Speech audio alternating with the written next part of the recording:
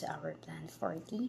Today, I'll be sharing to you the James chapter 4, verse 17. But before that, let's all pray. Lord, we thank you for today, O God. I pray that you will guide me, O God, as I share your word and open the heart of your people, O God, that will listen to your word. I pray that you will transform their hearts. You will give them, O God, the ears, Panginoon, and a heart that is ready to listen, O God. And if you want to rebuke us, O God, and to correct us, O God, please do, Panginoon.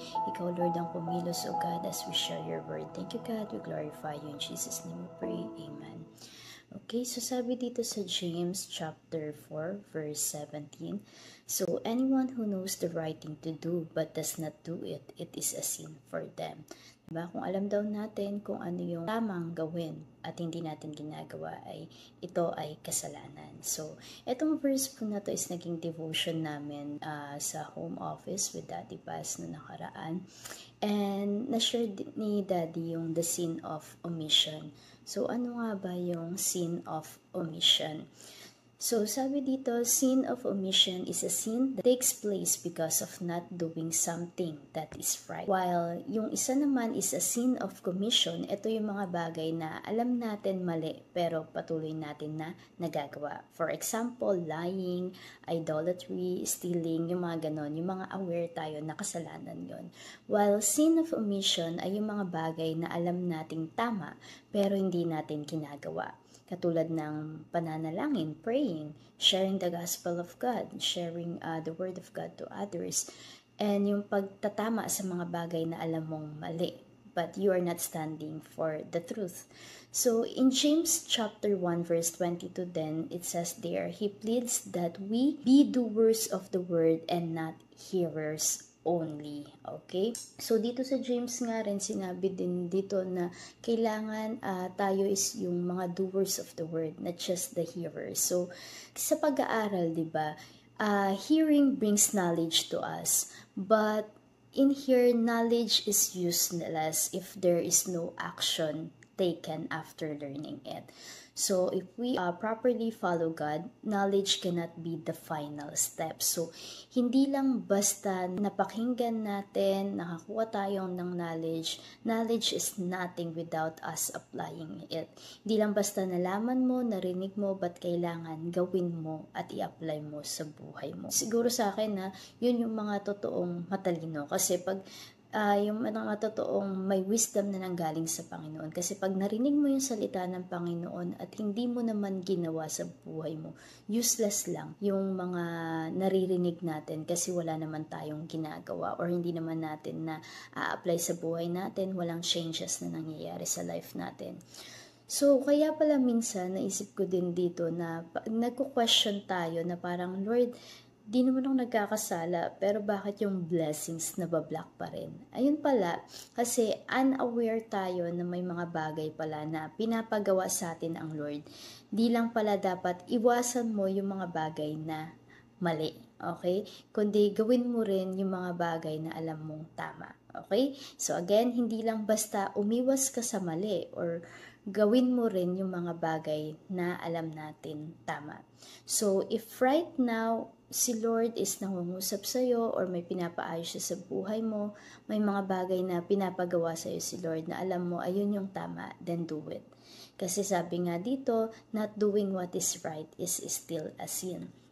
So, yun lang yung isi-share ko sa inyo today and nawa, lagay natin sa heart natin as a Christian na kailangan gawin natin yung mga bagay na alam nating tama and maging sensitive yung ears natin doon sa voice ng Panginoon na alam mo yun, yung minsan kasi may pinapagawa sa atin ng Lord, kinakausap tayo ng Lord, pero yung heart natin, hinaharden natin yung heart natin na yung para bang, ay, okay lang, simple lang naman to, ito lang naman pinapagawa ng Lord, or mapagbibigyan naman ako ng Lord kung hindi ko nagawa to. But no, kasi still, kasalanan pa rin yung hindi natin pagsunod sa Panginoon. Disobedience pa rin yun.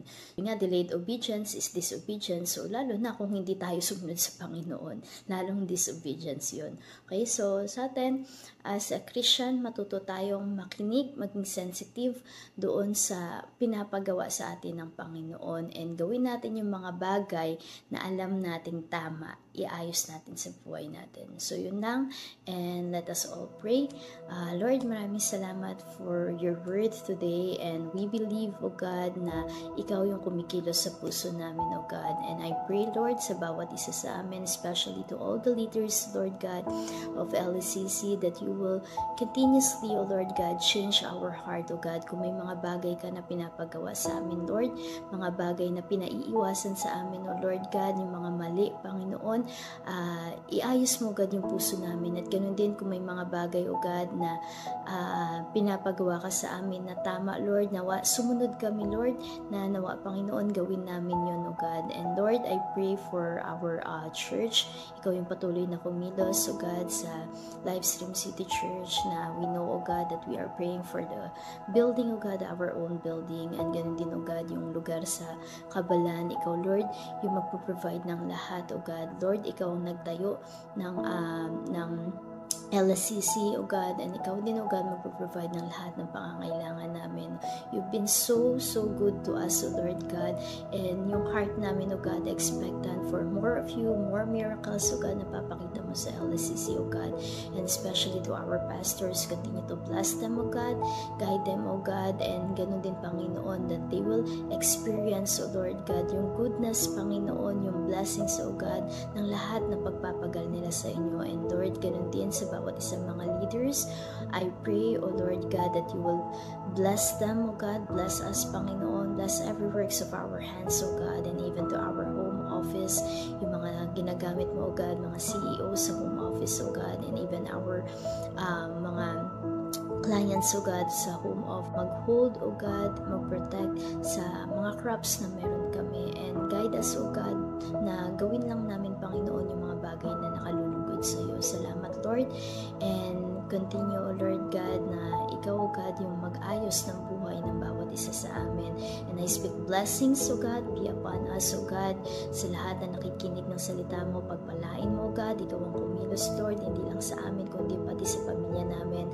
And I speak protection, Lord, cover us with your precious blood, and also healing, O God, to those people, O God, who is asking, O God, for your healing, O God, touch their hearts, touch their bodies, O Lord God, that we know, O God, na yung makapangyarihang mga kamay mo, Panginoon, pagagalingin kami, O God. You said, O God, in your word, that by your stripes and blood, we are healed, and we claim healing right now, O Lord Jesus. And I also pray for restoration, O God, sa lahat, Panginoon, ng relationship, O God, sa aming church, O God, for every family, O Lord, and ganun din po, Panginoon, prayer namin, O God, na we will move as one, O Lord Jesus. Unite us, O God, as one, na lahat ng gagawin namin, O God, yun lang, O God, yung mga bagay na pinagagawa mo sa amin. Thank you, God.